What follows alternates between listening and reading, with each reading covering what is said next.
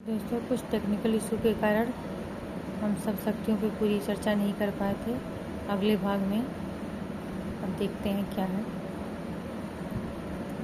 अतः यह प्रयोजनवती लक्षणा है। उदाहरण वह देखो। हम प्रयोजनवती लक्षणा पर चर्चा कर रहे थे, उसी के आगे कड़ी में देखते हैं। उदाहरण वह देखो, सामने हड्डियों का ढांचा खड़ा है। मुख्यार्थ कंकाल, लक्ष्यार्थ कुशोपित कमजोर व्यक्ति। उपयुक्त उदाहरण में हड्डियों का ढांचा का मुख्यार्थ कंकाल है, जबकि लक्ष्यार्थ अत्यंत कमजोर कुपोषित व्यक्ति है। यहाँ पर अत्यंत कमजोर कुपोषित व्यक्ति का अर्थ लेकर लक्ष्यार्थ ग्रहण किया गया है। अतः यहाँ प्रयोजनवती लक्षणा है। रो रोकर सिसक कर कहता मैं करुण कहानी, तुम सुमन नोचते फिरते करते अपनी जानी अनजानी। उपयुक्त कविता में सुमन नोचना शब्द योजना द्वारा कवि ने प्रिय की निष्ठुरता प्रयोजन को लक्षित किया था। यहाँ प्रयोजनवती लक्षणा है। प्रयोजनी लक्षणा के भी दो भेद होते हैं, गौड़ी लक्षणा, शुद्धा लक्षणा।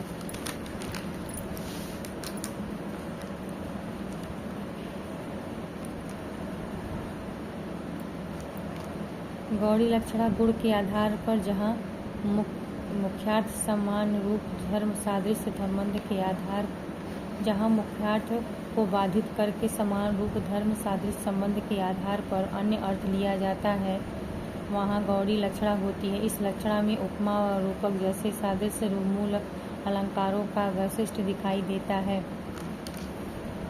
मोहन शेर है।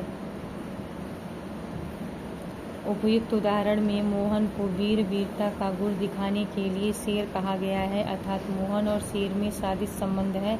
अतः यहाँ गौड़ी लक्षणा है।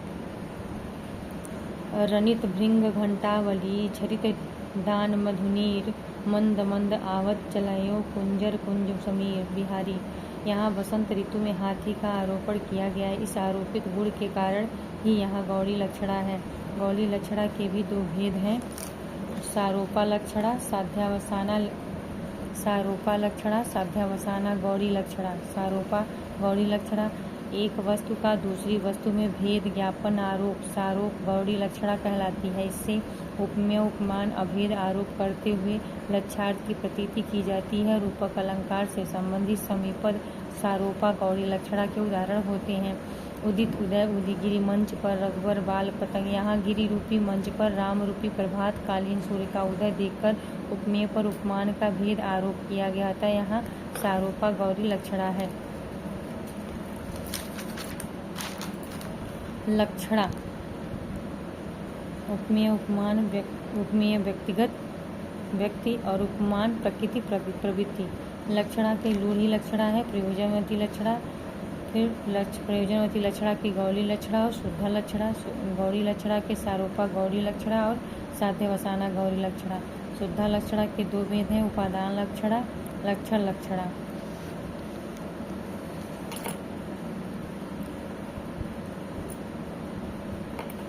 साध्यवसाना गौड़ी लक्षणा, इसमें केवल उपमान का कथन होता है, उपमेय का नहीं। लक्ष्यार्थ की प्रतीति होती है हेतु उपमेय पूरी तरह छिप जाता है। जब शेर आया तब युद्ध क्षेत्र से गीदड़ भाग गए। यहाँ शेर का अर्थ वीर योद्धा से है और गीदड़ का अर्थ कायरों से है। इस पंक्ति में उपमेय को छिपाकर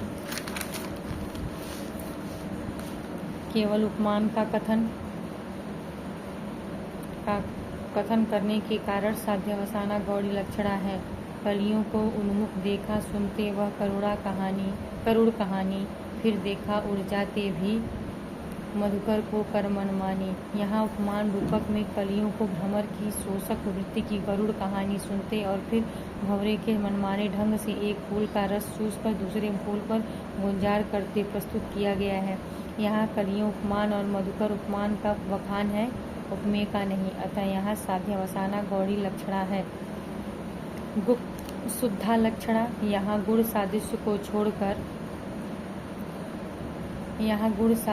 छोड़कर किसी अन्य आधार द्वारा समीपता, साहचर्य, आधार, आधेय संबंध, कार्य कारण संबंध इत्यादि के आधार पर लक्ष्यार्थ ग्रहण किया गया हो, वहाँ शुद्धा लक्षणा होती है। शुद्धा लक्षणा के भी दो भेद होते हैं, उपादान लक्षणा, लक्षण लक्षणा। उपादान लक्षण लक्षणा। उपादान लक्षणा जहाँ मुख्यार्थ बना रहता है तथा लक्षार्थ का बोध मुख्यार्थ के साथ भी होता है, वहाँ अपादान लक्षणा होती है।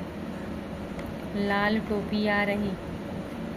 उपयुक्त उदाहरण में लाल टोपी भी आ रही और लाल टोपी पहने हुए सिपाही भी आ रहा। यहाँ मुख्यार्थ लाल टोपी के साथ साथ लक्षार्थ सिपाही का बोध हो रहा है तो उपादान लक्षणा है। विद्युत की इस चकाचौंध में देख दीप की लौ रोती है, अरि हृदय को थाम महल के लिए झोपड़ी बली होती है। यहाँ महल का लक्षार्थ महल निवासी धनी लोग, झोपड़ी का लक्षार्थ झोपड़ी निवासी निर्धनों से है। महल और धनी लोगों तथा झोपड़ी और निर्धनों के आश्रित संबंध होने से उपादान लक्षण है। उपादान लक्षण है। लक्षण लक्षणा, इसमें मुख्यार्थ पूरी तरह समाप्त हो जाता है तथा तभी लक्षार्थ का पूरी तरह बोध होता है, अथवा जहाँ मुख्यार्थ की बाधा होने पर लक्षार्थ प्राप्ति के लिए प्रसंगानुकूल मुख्यार्थ का त्याग कर दिया जाता है, किंतु सादृश्य के अतिरिक्त अन्य संबंधों के सहारे भिन्न अर्थ ग्रहण किया जाता है, वहाँ लक्षण लक्षणा शब्द शक्ति होती है। लहरों में व्यास भरी है, भंवर पात्र भी खाली, मानस का सब रस पीकर लुढ़का दी तुमने ब्याली। जयशंकर प्रसाद द्वारा रचित आंसू के परिवेश को देखते हुए प्रिय की निष्ठुरता की पराकाष्ठा में आश्रय की भावशून्यता की स्थिति का लक्षार्थ उभर कर आया है, अतः यहाँ लक्षण लक्षणा शब्द शक्ति है। आज भुजंगों से बैठे हैं कंचन के वे घड़े दबाए। उपयुक्त पंक्ति में भुजंग शब्द का वाच्यार्थ सर्प है, जबकि लक्षार्थ है धनी एवं शोषक वर्ग। इस कविता में वे धनी व्यक्तियों शब्द द्वारा लक्षार्थ प्रकट किया गया है, मुख्यार्थ में बाधा करके, अतः यहाँ लक्षण लक्षणा शब्द शक्ति है। व्यंजना। व्यंजना का शाब्दिक अर्थ है विशेष रूप से स्पष्ट करना अथवा विकसित करना। अभिधा और लक्षणा द्वारा अपना अर्थ ज्ञात करा कर शांत हो जाने पर जिसके द्वारा अन्य अर्थ की प्रतीति होती है उसे व्यंजना शब्द शक्ति कहते हैं। व्यंजना शब्द शक्ति से संपन्न शब्द व्यंजक कहलाता है और उसे निकला अर्थ व्यंग्यार्थ कहलाता है।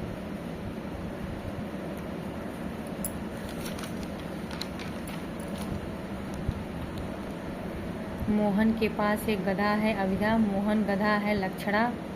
मोहन निरे वैशाख नंदन है, व्यंजना। व्यंजना के दो भेद होते हैं, शाब्दी व्यंजना, आर्थी व्यंजना।